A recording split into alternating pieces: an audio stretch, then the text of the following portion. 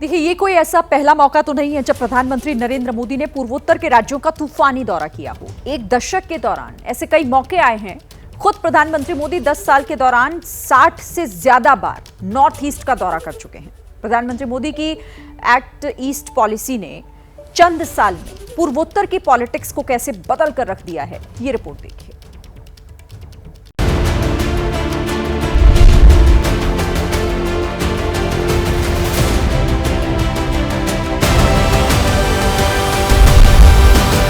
आंखों पर काला चश्मा, सिर पर हैट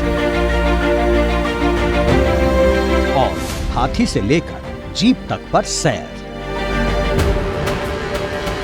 असम के काजीरंगा नेशनल पार्क में सफारी करने पहुंचे प्रधानमंत्री का यही अंदाज नजर आया। सुबह 5:30 बजे का वक्त था जब प्रधानमंत्री मोदी काजीरंगा नेशनल पार्क पहुंचे। जंगल सफारी की, वाइल्ड लाइफ फोटोग्राफी की, हाथियों को अपने हाथ से गन्ना खिलाया, नेशनल पार्क की सुरक्षा में तैनात देश की बेटियों से मुलाकात की।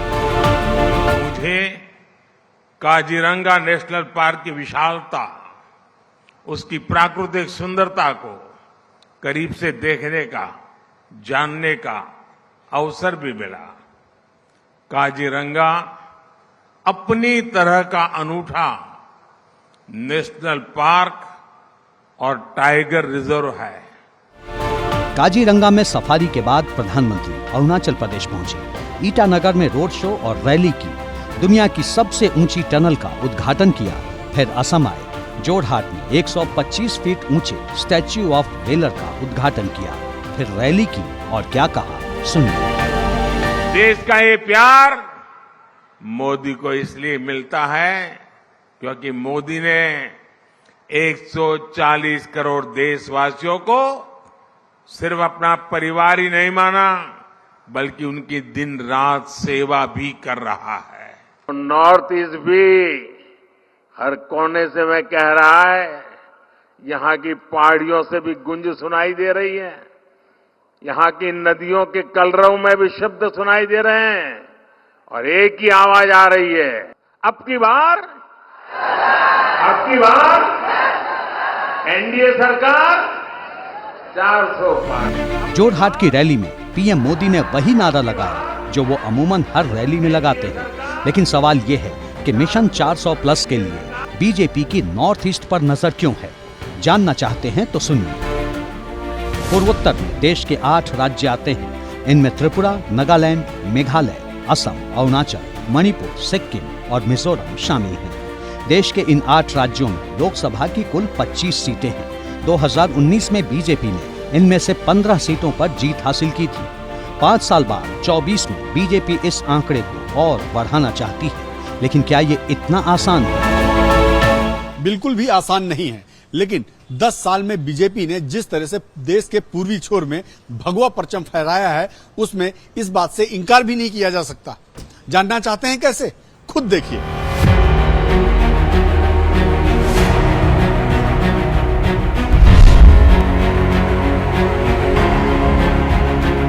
नॉर्थ ईस्ट देश के पूरब वाला वो किनारा जहां की राजनीति से दिल्ली की सत्ता का सीधा कनेक्शन रहा है।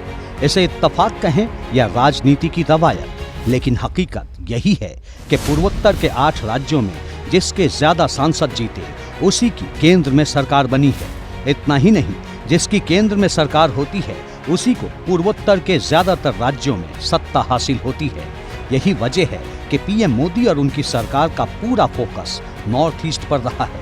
एक दशक के दौरान पीएम मोदी से लेकर केंद्रीय मंत्री तक लगातार पूर्वोत्तर का दौरा करते रहे हैं, जिसने नॉर्थ ईस्ट के राज्यों की पूरी राजनीति को 360 डिग्री घुमा दिया। इसकी वजह प्रधानमंत्री मोदी ने खुद बताई।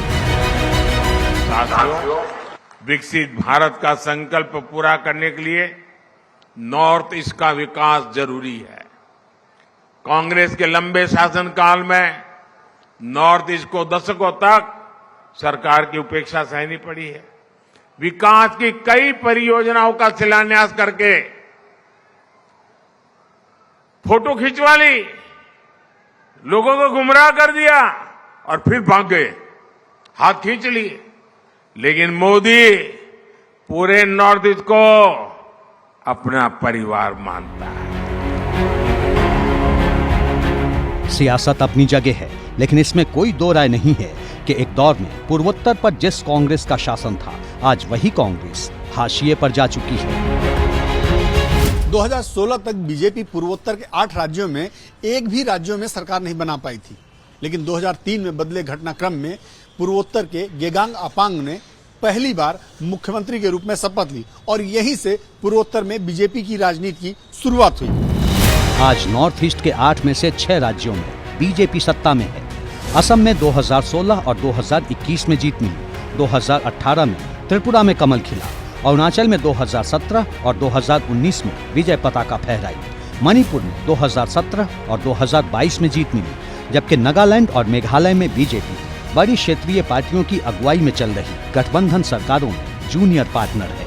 यानी दशक भर पहले तक नॉर्थ ईस्ट की सियासी जमीन कमल खिलने के लिए ऊसर मानी जाती थी, लेकिन मौजूदा वक्त में नॉर्थ ईस्ट के कोने कोने में कमल खिल चुका है। लेकिन ये हुआ कैसे? जवाब है प्रधानमंत्री नरेंद्र मोदी।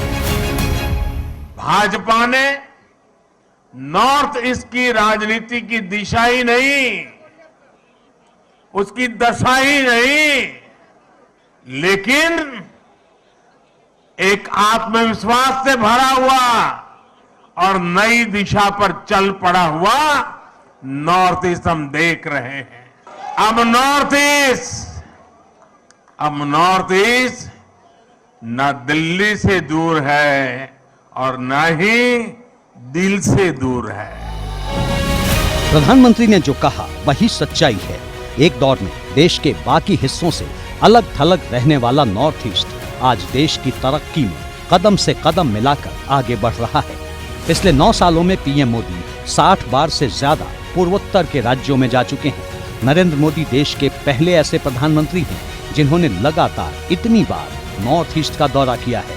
केंद्रीय मंत्री 400 से ज्यादा बार पूर्वोत्तर के राज्यों का दौरा कर चुके हैं। 2014 से पहले नॉर्थ ईस्ट में 9 एयरपोर्ट थे, अब 16 हो चुके हैं। पूरे नॉर्थ ईस्ट में कनेक्टिविटी के लिए 261 प्रोजेक्ट पर काम चल रहा है। असम में 60% इलाके से armed forces special powers act पूरी तरह हटाया जा चुका है। यही वजह है कि नॉर्थ ईस्ट ने भी बीजेपी को गले लगाने में देर नहीं की, जिसने बीजेपी को न सिर्फ देश के एक कोने से दूसरे छोर तक सत्ता हासिल करने का मौका दिया, बल्कि हिंदू और हिंदी बेल्ट की पार्टी होने की इमेज भी बदल दी। ऐसा इसलिए क्योंकि सबसे ज्यादा मुस्लिम आबादी वाले बड़े राज्यों में कश्मीर के बाद बीजेपी शासित असम का नंबर आता है, जहां 34% से ज्यादा मुसलमान वोटर हैं। बाकी राज्यों की बात करें तो नागालैंड में 87.9%, मेघालय में 74.5%, मणिपुर में 41.2% और अरुणाचल प्रदेश में 30.2% ईसाई आबादी है। पूर्वोत्तर की जटिलता और विविधता के बावजूद बीजेपी का उभार और खास हो जाता है। लेकिन असम को छोड़कर पूर्वोत्तर के बाकी राज्यों में 1 से 2 लोकसभा की सीटें हैं। बावजूद इसके बीजेपी कोई कसर बाकी नहीं छोड़ना चाहती। वजह क्या है? देश की चुनावी राजनीति को करीब से जानने वाले प्रशांत किशोर से सुनिए। इनकी जो कार्यशैली है, ये वो लोग नहीं है जो ओवर कॉन्फिडेंट हो जाते हैं। दे गो फॉर द किल। अगर उनको मालूम है कि वो जीत रहे तो भी वो हल्के में नहीं लड़ेंगे। वो दावा तो कर रहे हैं कि जीत रहे, लेकिन अपनी मेहनत में, अपने प्रयास में कुछ कमी नहीं छोड़ेंगे। जैसे आप देख लीजिए, एक सीट, वो एक सीट भी जो है कि if we are on top we must finish the opposition. तो ये उनका स्वभाव है, उनका कार्यशैली का हिस्सा है। अगर आपको उनसे लड़ना है तो आप ये मानकर चलिए कि वो लास्ट तक लड़ेंगे। अगर जीत रहे तो भी उस जीत को और बड़ी बनाने के लिए और ज्यादा प्रयास करेंगे। बीजेपी 24/7 चुनावी मोड में रहने वाली पार्टी है। इस बार भी ऐसा ही है। चुनावी तारीखों के ऐलान से पहले ही बीजेपी 190 उम्मीदवारों के नाम का ऐलान कर चुकी है। प्रधानमंत्री मोदी देश के एक छोर से दूसरे कोने तक तूफानी दौरा कर रहे हैं, लेकिन पूर्वोत्तर के पॉलिटिकल गेम में अगले कुछ महीने कैसे बीतते हैं, ये देखना दिलचस्प होगा। जैसे ही घड़ी का काटा दोपहर 2:30 पे आए, बबीता जी का दिल सास बहू साजिश के लिए मचल जाए। और ये है इनकी बहू, पूरे दिन ऑफिस की टेंशन हो जाए गॉन जब ये करें अपना फेवरेट शो फ्री टाइम पे ऑन। इनकी तरह आप भी देखें अपना फेवरेट शो अपने टाइम पर और डाउनलोड कीजिए एबीपी लाइव ऐप अपने स्मार्ट टीवी पर।